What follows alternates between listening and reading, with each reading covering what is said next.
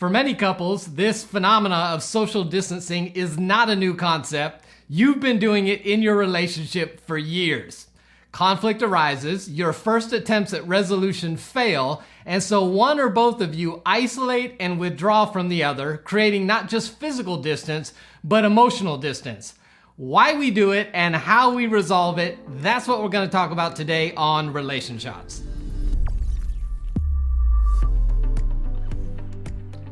Welcome to Relationshots. My name's Eric Wooten, and if this is your first time hanging out with us, go ahead and click the subscribe button and the bell notification so you don't miss an opportunity to be the relationship expert at your next dinner party.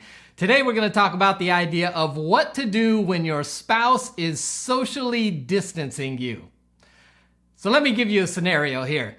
You and your spouse have gotten into an argument or a conflict, and your first attempt at trying to resolve it failed. And so one or both of you begins to withdraw, isolate, and pull away from the other person. Now, depending on the quality or the condition of your relationship at the time, this physical distance also becomes an emotional distance and may last for hours, days, or even weeks, depending on where you two are at as a couple. Renowned psychologist John Gottman calls this stonewalling and often says it's a physiological response of flooding of emotions that causes a person to either fight or flight. But for you, you're trying to get the conflict resolved, and so you're frustrated yet again, and you've decided that your spouse just does not want to resolve conflict. They do not care about the relationship. They don't care about you, and you know what? They might just be downright vindictive. Now, it's possible that you married a jerk, and if so, that's on you. But it's likely that what has happened is you two have not created an environment in your relationship where the climate is right to be able to resolve conflict correctly. So what do you do when you're feeling emotionally distanced from your spouse? Today, I want to give you 3 things not to do and 3 things to do to close the distance. Let's start with 3 things not to do. Number 1, do not give an eye for an eye. Yeah, don't retaliate. Don't be vindictive. Don't say, oh, well, if he don't want to talk to me, I guess I'm cooking for one tonight.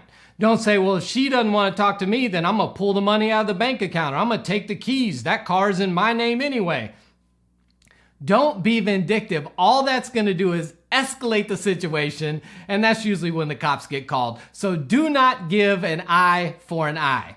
Number 2, don't throw around the word divorce. Do not threaten divorce. Well, if that's just how you are, I'm leaving the relationship. I'm done. Listen, relationships are built on a foundation of belief of a future together. And so anytime you start throwing around the divorce word, you are undermining the foundation that often helps couples move through conflict. See, if I know that I have confidence of the permanence of our relationship moving forward, I'm able to push through this crisis because I believe that we have a future together. So don't start throwing around the divorce word. That's not going to help the situation. Fear is never a great motivator for change or relationship.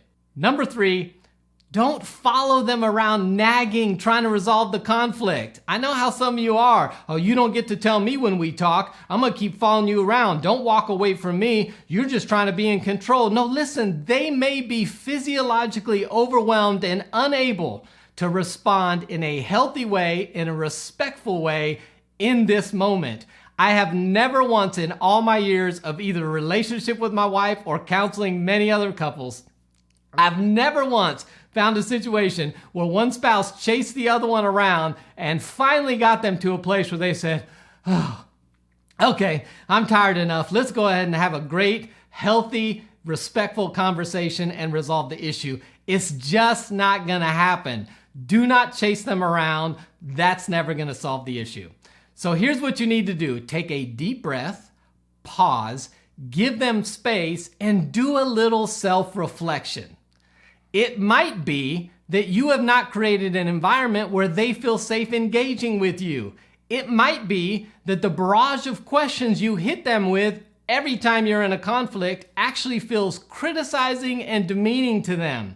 So it might be that you are helping create an environment that is not conducive to resolving the conflict. So take a breath, do some self-reflection, and then here's 3 things you can do to close the distance.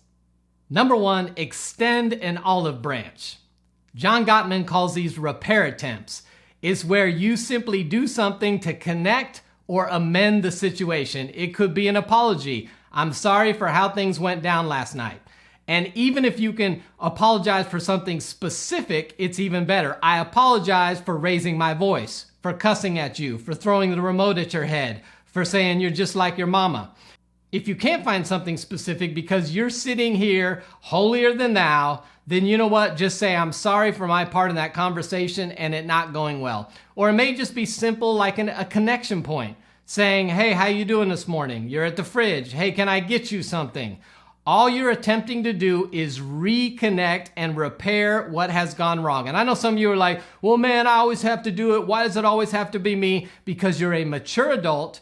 It's the right thing to do. And if you're a Christian, it's the godly thing to do. Think not of yourself, but of the interest of others. So extend an olive branch. Number two, this is going to be tough for some of you, but number two, ask your spouse, are there things that I do that make it difficult for you to engage in conversation with me? And then listen. And guess what? Believe what they tell you. They may tell you that there's some things you say in your tone, with your words, the roll of your eyes, the body language. They may say, when you do these things, I don't feel safe. I feel attacked. I feel like I'm not going to be heard. And now is not the moment for you to go, well, that's not what I'm trying to do. Oh, you shouldn't take it that way. Now is the moment for empathy where you say, I hear you and I'm willing to listen and I'm going to try to change. This is a moment where you affirm how they're feeling, not convince them that what they're feeling is not what they're supposed to be feeling. So ask them that question and simply listen. Number three, request a time when the two of you can come back and revisit and hopefully resolve the conflict and maybe even bring some people with you.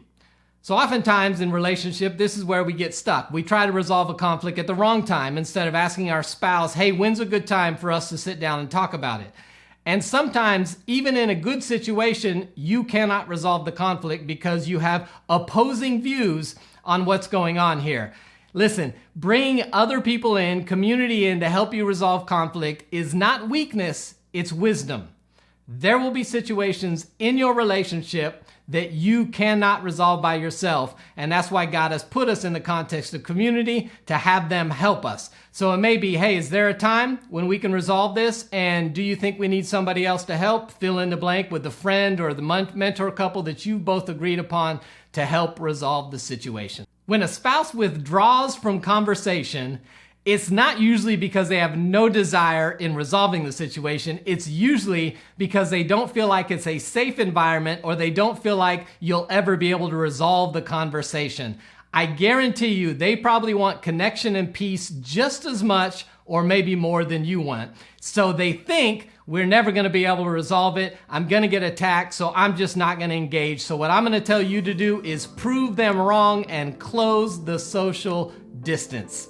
If this video was helpful to you, share it with a friend, and don't forget to join the conversation in the comments below as we grow together discussing healthy relationships. See you soon.